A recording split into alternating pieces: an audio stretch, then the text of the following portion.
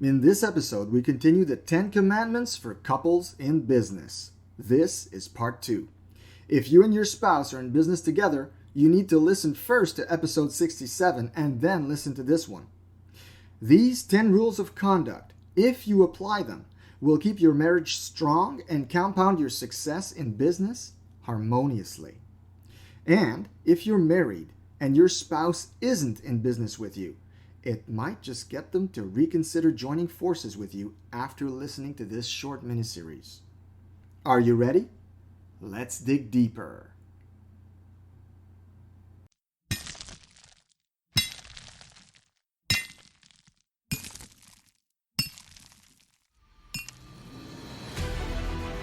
Welcome to the Thriving on Purpose podcast, hosted by certified coaches Elizabeth and Sebastian Richard. Elizabeth is a Christian life and leadership coach, branding consultant, and busy mompreneur. Sebastian is a Christian speaker, Bible teacher, author, and leadership expert. Together, they help today's committed believers to dig deeper in their knowledge and walk with God in order for them to grow and climb higher in life and leadership. If you want to dig even deeper, make sure to visit thrivingonpurpose.com for more free resources and content.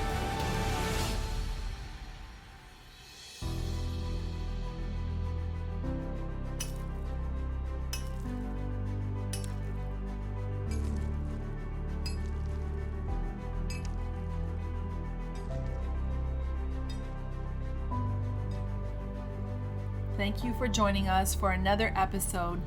This week, it's going to be good. We have prepared something great for you. This is a second part to the 10 Commandments for couples in business, but we kept the best for last. Yeah, we kept the last 5, or you thought the first 5 were good. Just wait till you hear these last 5. They're really awesome. And they're going to get you guys talking together about all these points for sure. Yeah, you're going to be discussing, that's for sure. So let's dig in. Number 6, thou shalt discuss every business expense. Now, I know you men are loving this point. Yeah, I think men would love this point, but you know what? There's some women who are very good at administration, and maybe the guy is off doing like overspending, or not discussing purchases or whatever. Yeah, I know a few couples like that, but we could do a whole podcast just on that point right there, right? Because this is good for your household, it's good for your marriage, it's good for your business. But obviously, if you're in business together, that's something you need to do. And, I think that a lot of men tend to, the person in the household, the spouse that is better at administrating finances, sometimes will withhold information, will kind of keep some information about that. And I think that, I've experienced this through years of marriage.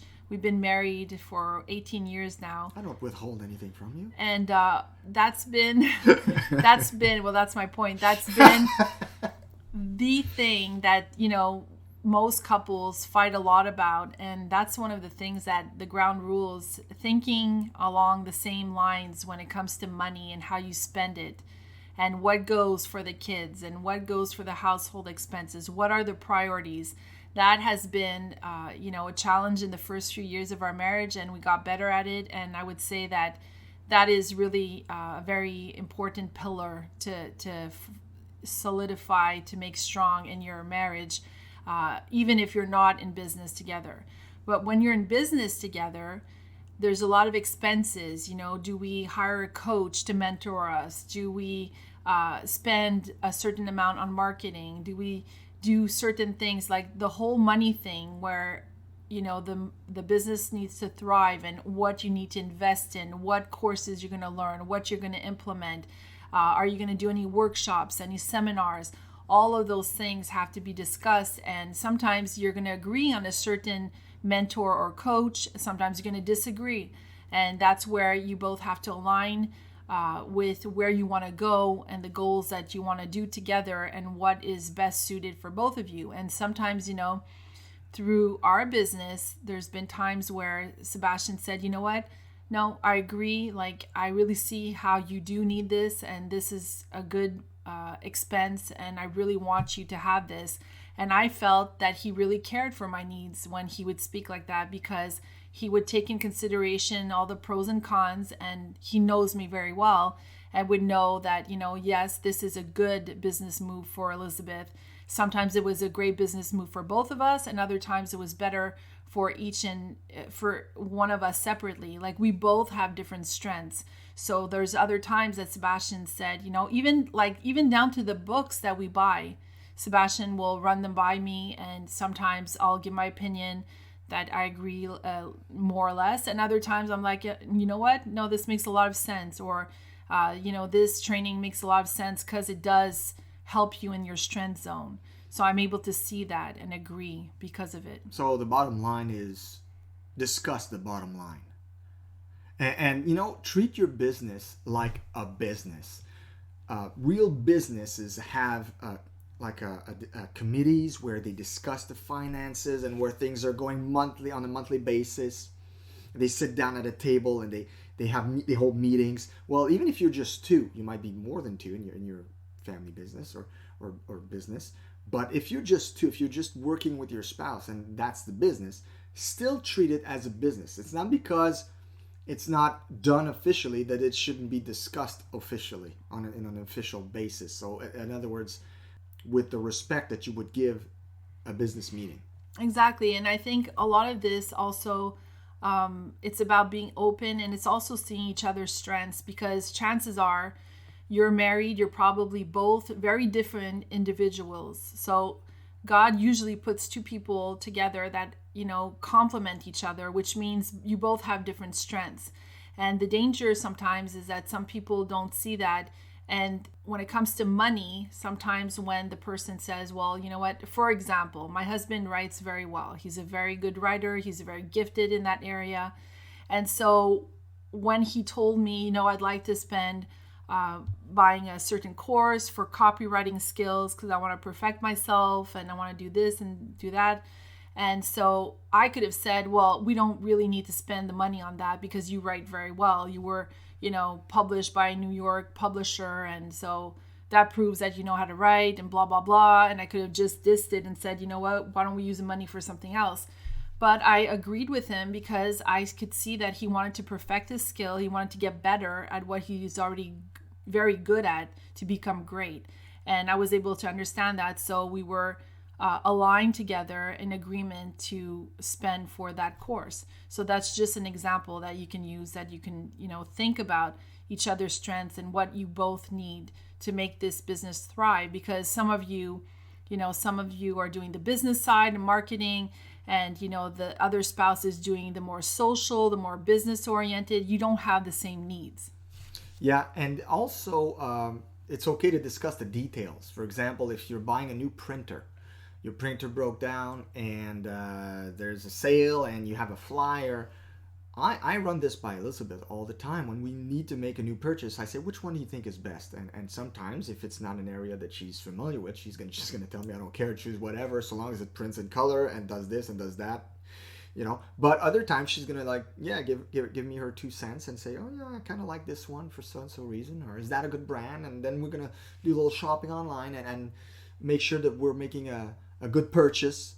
And it's really funny because even down to the planners, oh my goodness, that was a funny thing this year when we bought. Yeah, so it took him a while to find a planner that worked for him, as opposed to what worked for me was not at all the same thing. So even to that, we can't just say, okay, I'm going to buy a planner and I'll buy 2 because they'll be just as good for him, because he has his own thing, his own, he wants to write his own goals and visions and his declarations and this and that in his own planner, and his planner has to suit his needs, and I want my planner to do other things.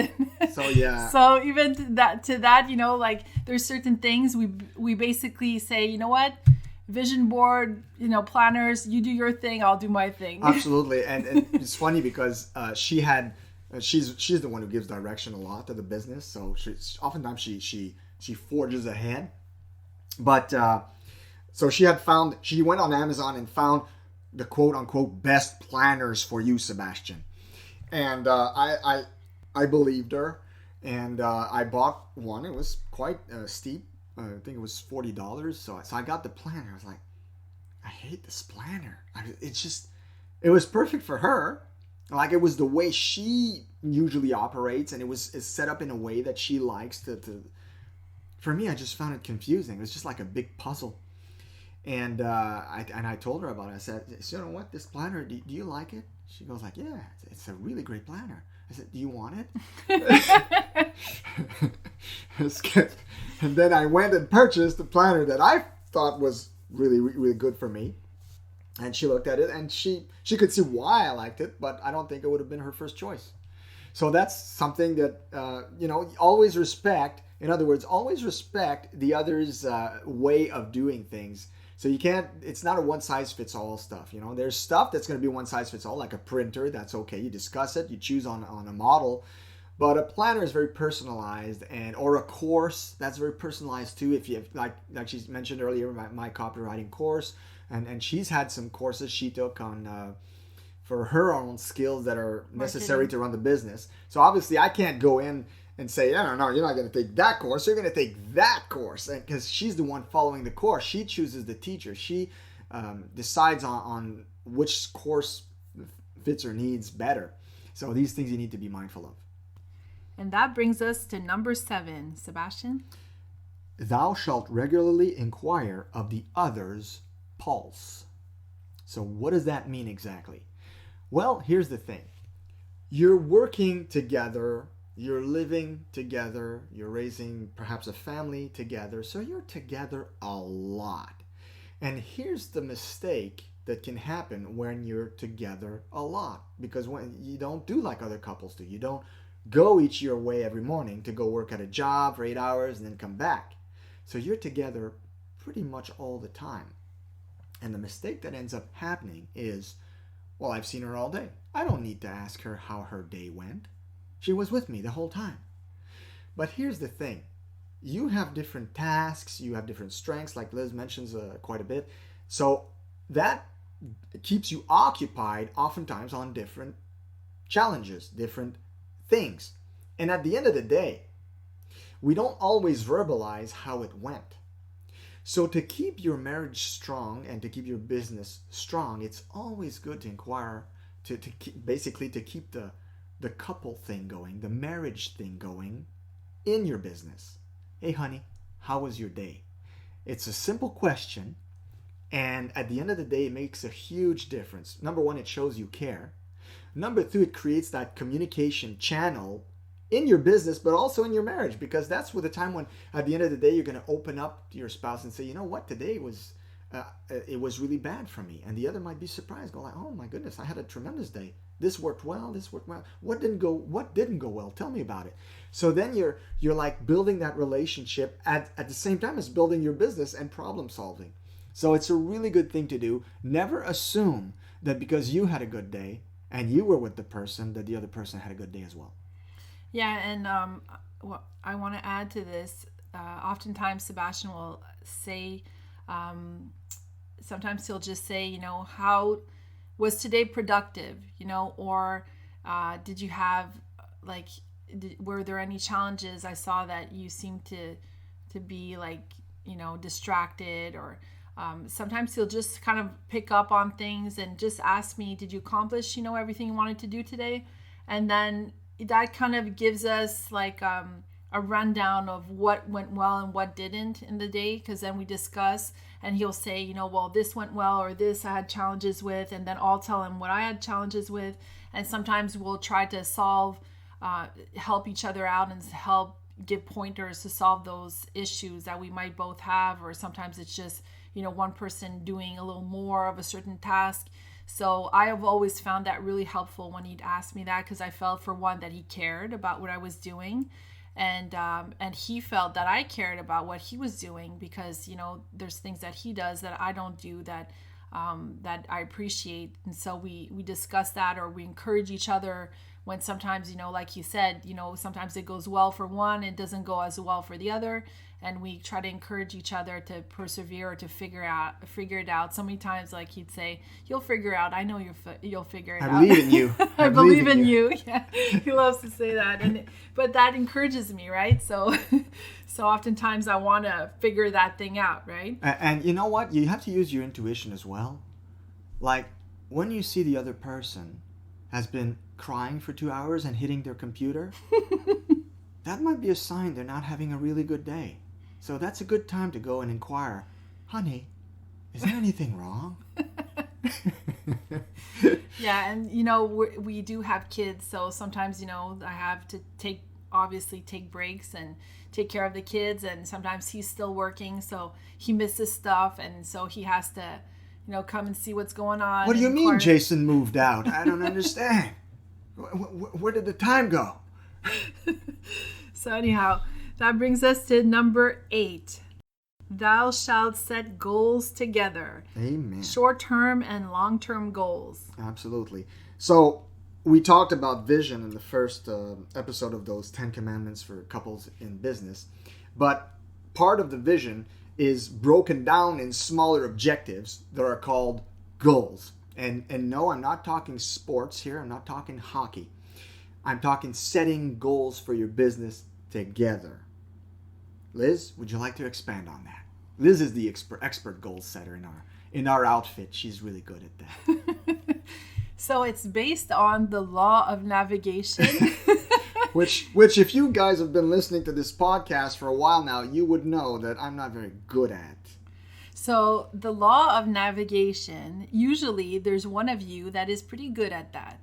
And so the law of navigation is basically the person that's able to see long-term goals and kind of sees it in a way that it's kind of mapped out in their head of how they're supposed to proceed to get to a certain goal.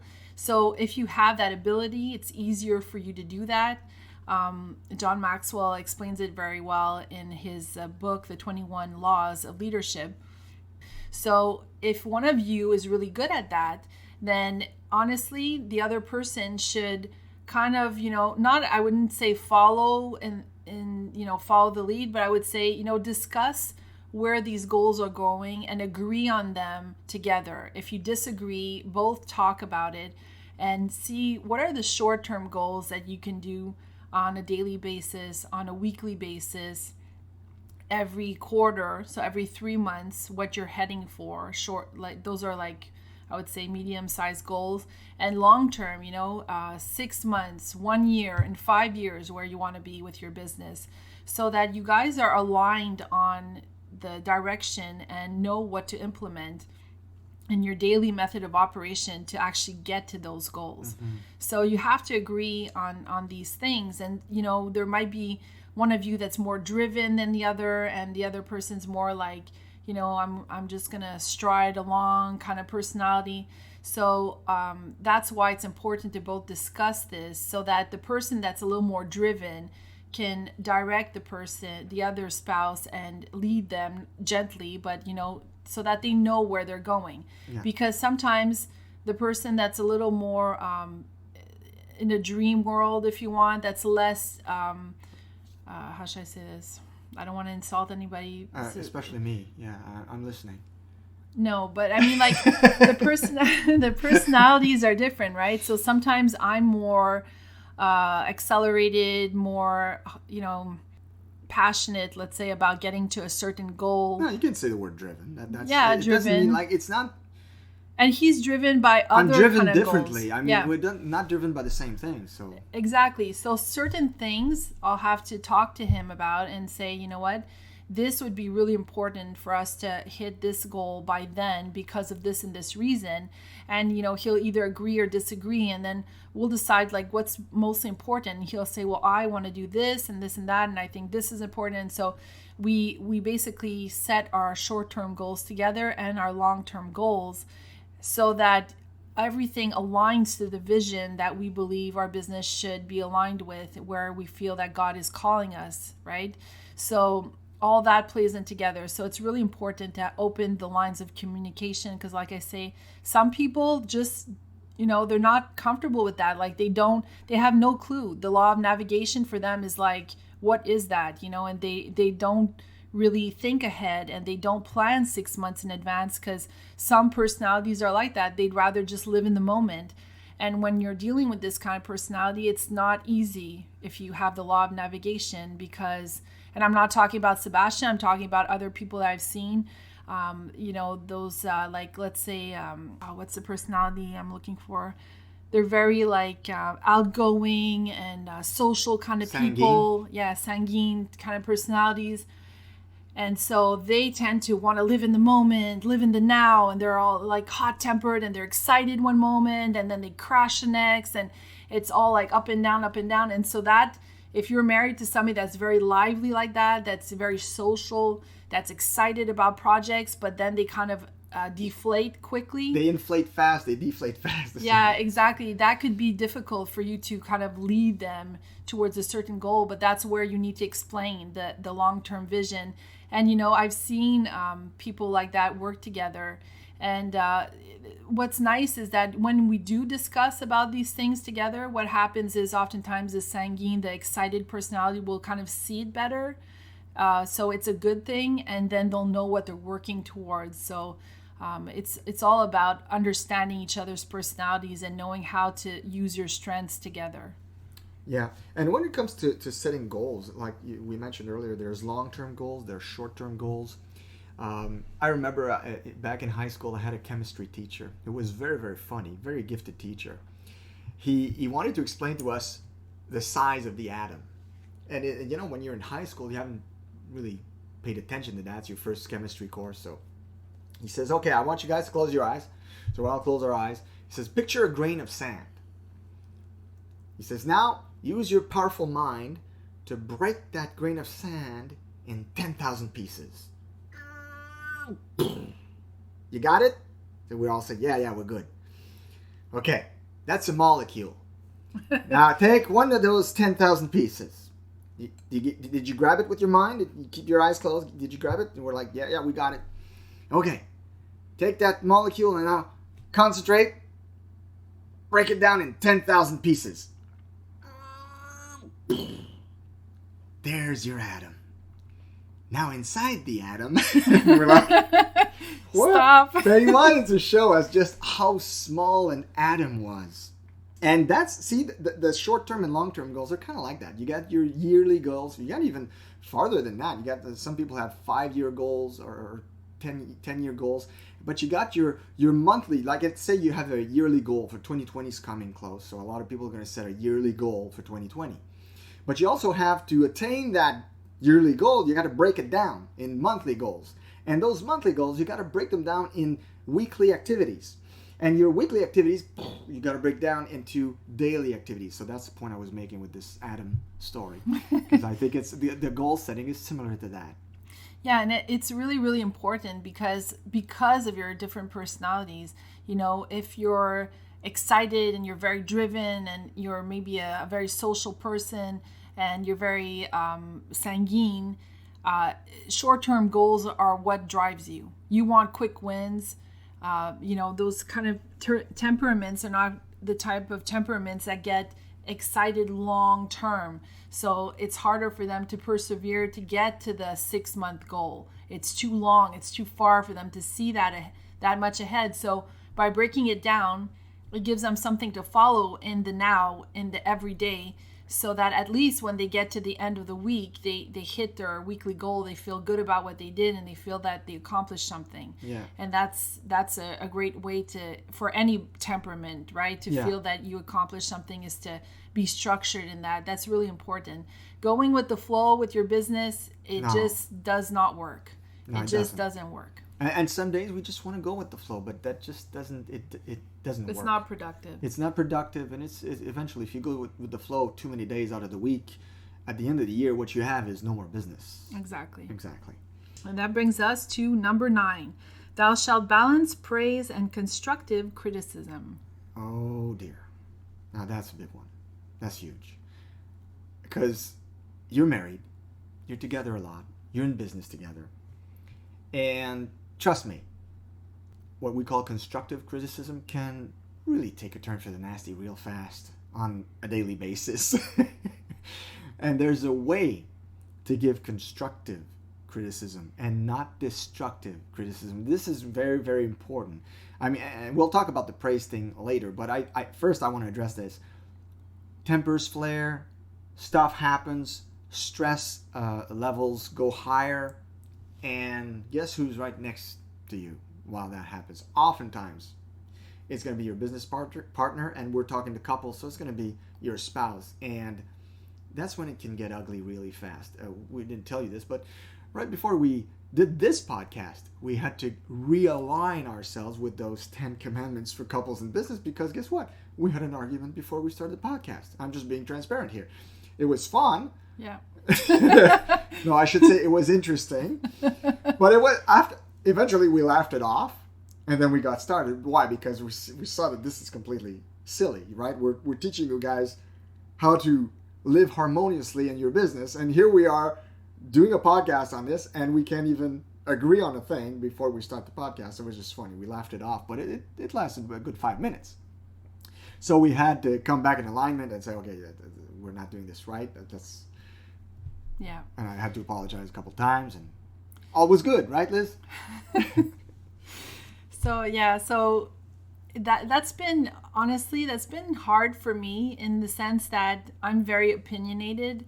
And so what I had to learn was, that there's a way to express your opinions, and that especially when you're in business together and you're entrepreneurs, you're learning, there's a lot that you're learning. You don't have the same strengths. And that was an eye opener for me, honestly, because being married, not being in a business, we both kind of did our own roles, got to the point where we're comfortable doing our own roles and trusted each other in our own roles and everything. And then when you start business together, then it's like another side of the person shows up that you didn't know existed. And so, there's perfectionism, there's this, and, he's perfectionist about certain things, I'm perfectionist about certain things. And opens up, what you're saying is it opens up a whole new box of annoyances.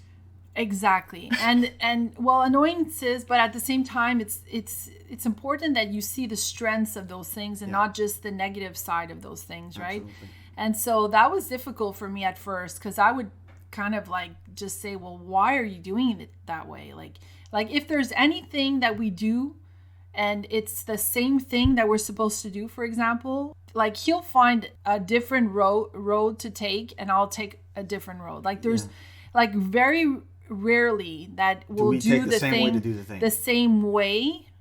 It's always like the result is going to be similar, but we don't take the same road at all. And oftentimes the first reflex is to look at the other and say, wow, I didn't know such a stupid way of doing that existed. You figured it out. Wonderful.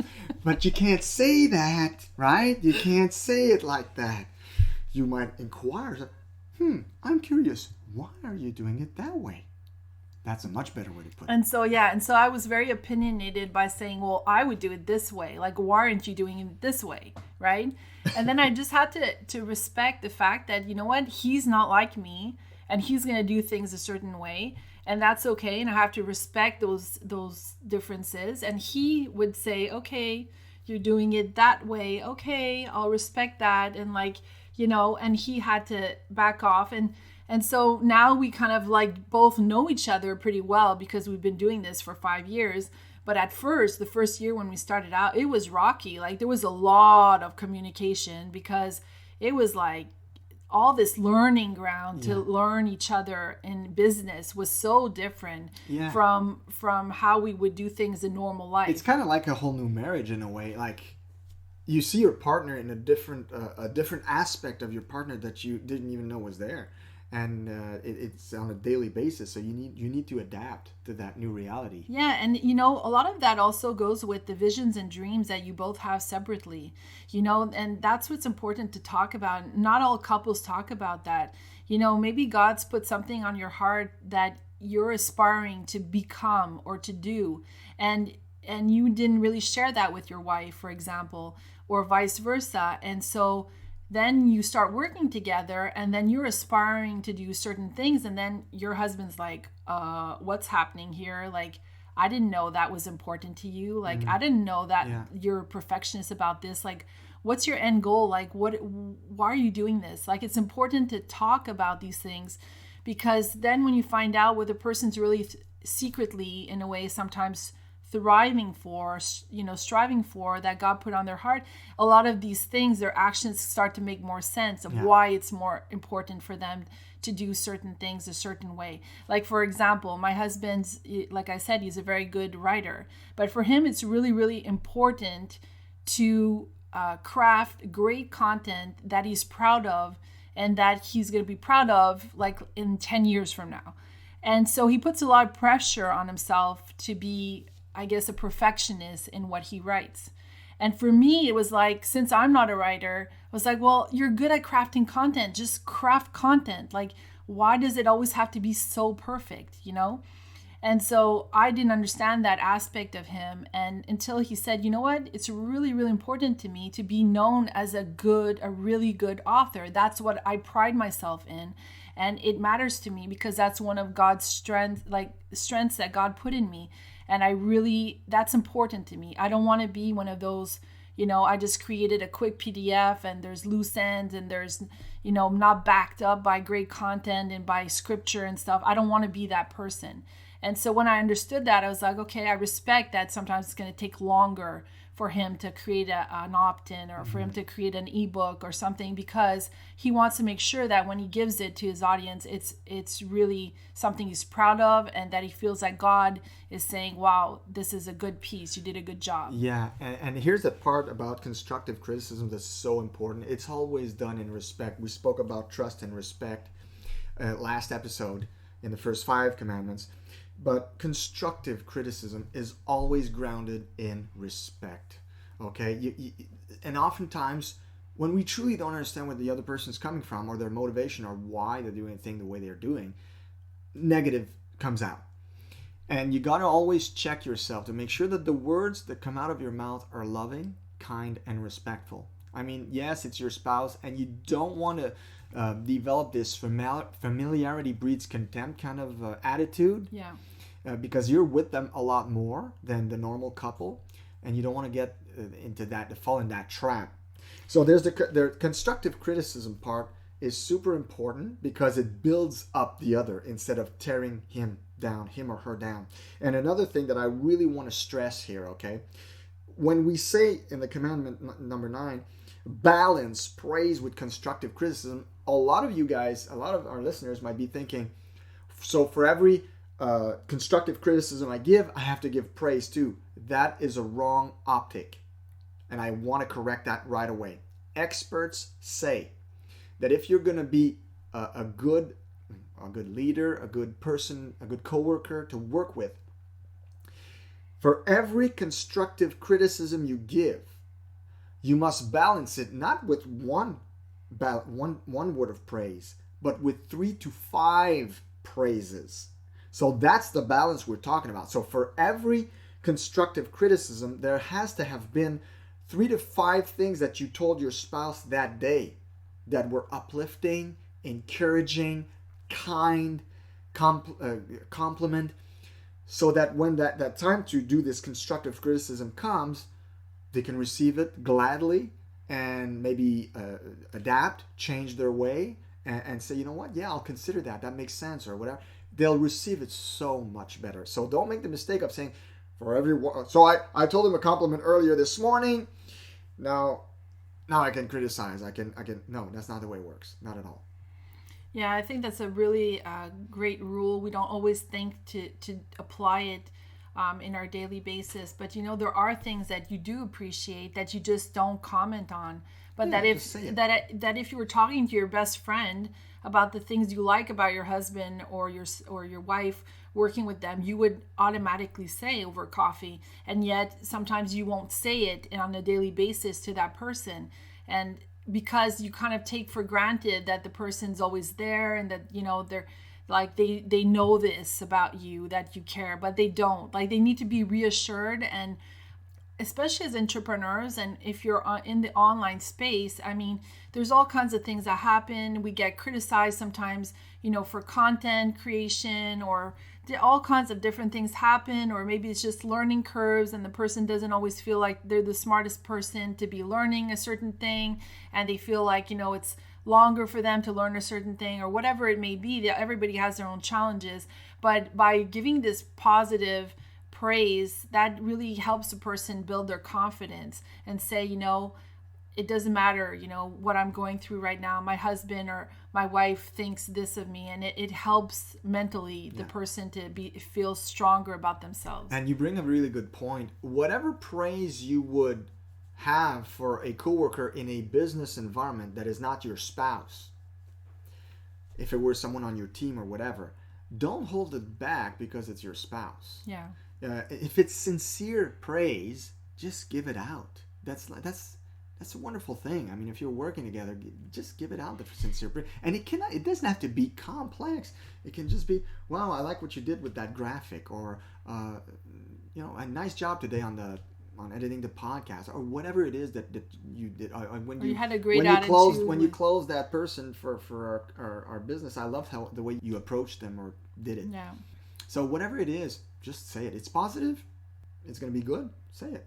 Yeah, exactly. And sometimes we tend to think, oh, I'll tell them later about this, but we tend to forget. So it's good to, like he says, to mention it in the now, different things that you see. Sometimes it's just small little things that you see about, I commend you, that was awesome how you dealt with that person. I wouldn't have been that patient or whatnot, Yeah. And And I have said pointing out those strengths. I have said that quite a few times, I remember.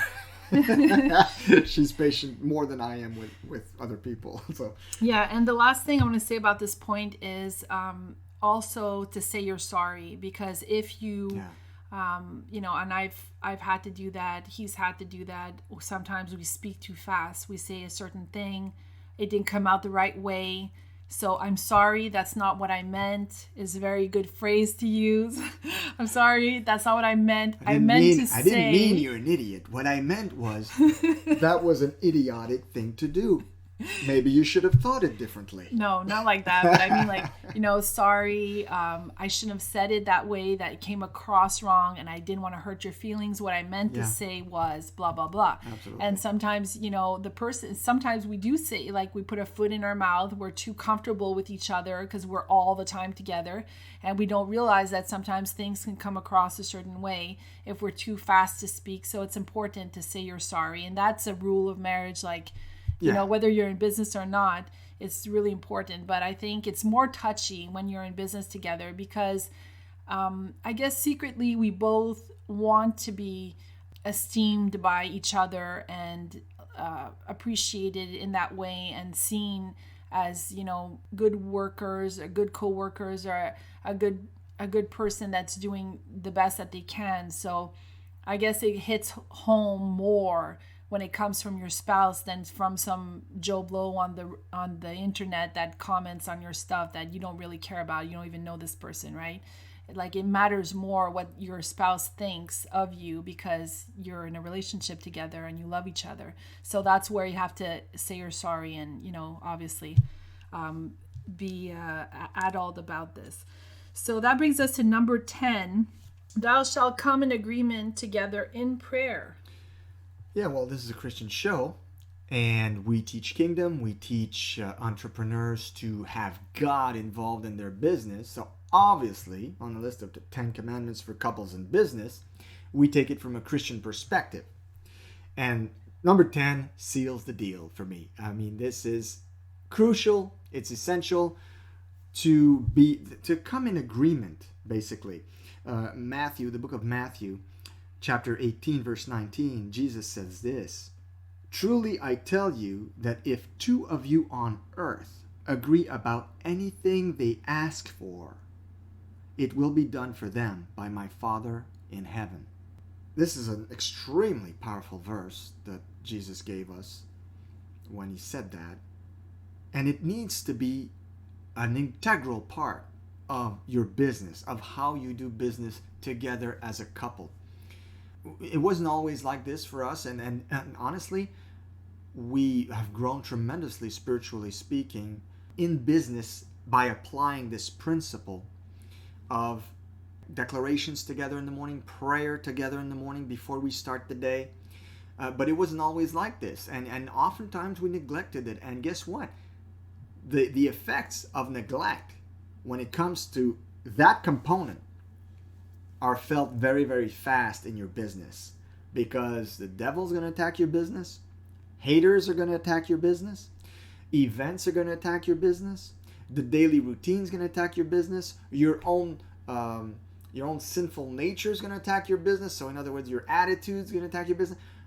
The attacks will come from everywhere. And if you don't strengthen yourselves together in prayer and come in agreement on what needs to get done, what you desire together for that business, you're going to fall prey to all the long list I just gave prior as I was speaking. So coming together in agreement is a powerful thing that you're going to be doing as a Christian couple in business. Yeah, and I want you to reread that verse, because there's tremendous power in that, and God is basically saying, look, if I will be part of what it is you're praying for, that you're agreeing for. I'm there for you. I'm there for your business. I'm there for you as a couple. If you both care enough to ask this in my name, I'll be there, and I'll bless you. So this is really important that you do this together, that you come in agreement and pray, because there's always needs for the business. There's always needs for your couple, for your marriage, for your family. And this is a rule to apply for your family at all times, to pray together and in agreement. There's a lot of power in that. And sometimes, we would kind of, because I'm more of a night bird, he's more of a morning bird. Sometimes we would pray kind of separately when it was convenient for both of us differently. And we realized that wasn't strengthening us. We were stronger together when we took that time together in the mornings and did those declarations and prayed for our business, prayed for our family. And there was a lot of power in that, and protected us from the spiritual things that can happen, that can try to hinder your business and hinder your daily walk with God and your daily life. And obviously we could do a whole podcast on this tiny verse, because it's packed with dynamite. Jesus says, if two of you agree about anything they ask for. Notice that word, anything. That is so vast. See, Christians oftentimes think we're going to pray, but only in a quote-unquote biblical way. I'm not going to pray, for example, for that new car, because that's materialistic. Or more money. Or to more pay money. For more marketing. Or something that seems out of our daily needs. Mm-hmm. I'm uncomfortable. And yet Jesus says, anything. Why? Because guess what? My kids can come and ask me anything. It doesn't mean I'm going to say yes to everything they ask, but they can come and ask me about anything. Yeah. We have that open relationship, and guess what? You're God's kids. So you can ask your Father anything, and He hears you. And if you're in agreement, well, we won't get into the whole theology of that, but the power behind the agreement being seals the deal, bound together in that prayer.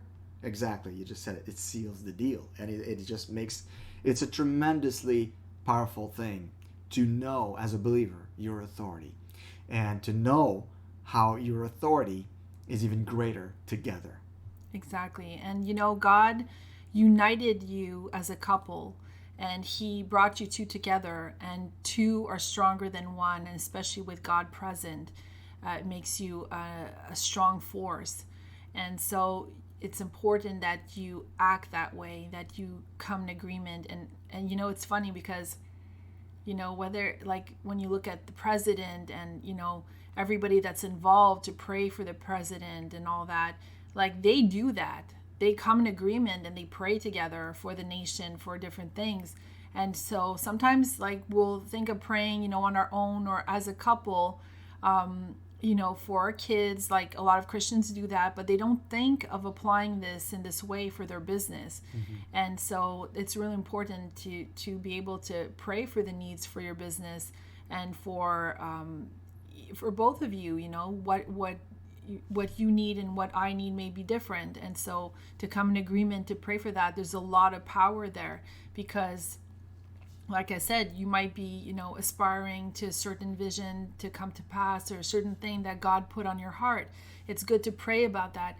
And a lot of people think, oh, well, God knows what I need. God knows that I need more money. God knows that I need, but you need to pray about it. You need to ask God specifically. You need to verbalize it. And you also need to praise God. You need to come in agreement and praise God together and thank God for all the things that you don't even see. The protection that he gives your children, the protection that you have. Every time he intervenes for you, every time that angels protect you when you're on the road.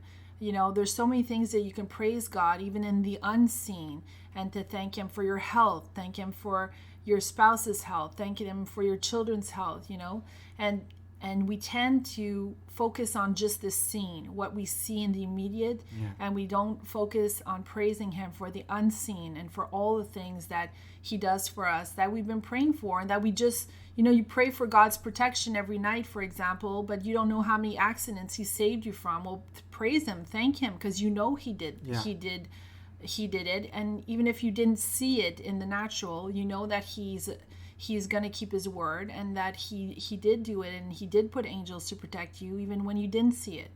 How many times I've taken the road, and sometimes I was slower to take the road for whatever reason, that I stopped in my tracks. Sometimes it's just, answering a phone call in my car or something, and then next thing I know, I'm on the road, and 5 minutes before I would have gotten there was a big accident that God saved me from.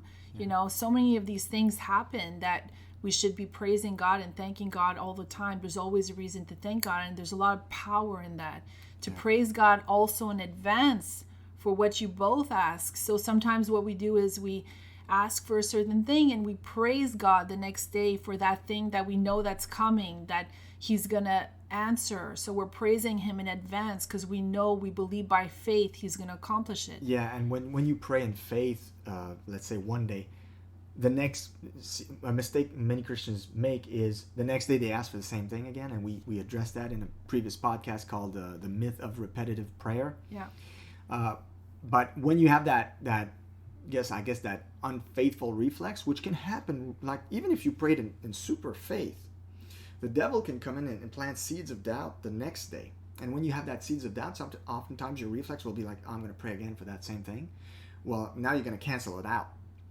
So you should always have the reflex to replace that with praise instead. So Lord, yesterday I prayed for so-and-so or for such and such.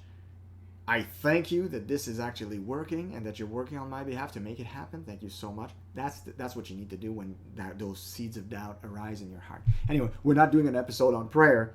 It was all to make a point about the importance and the power behind coming in agreement together in prayer as a couple, as business partners, and as believers.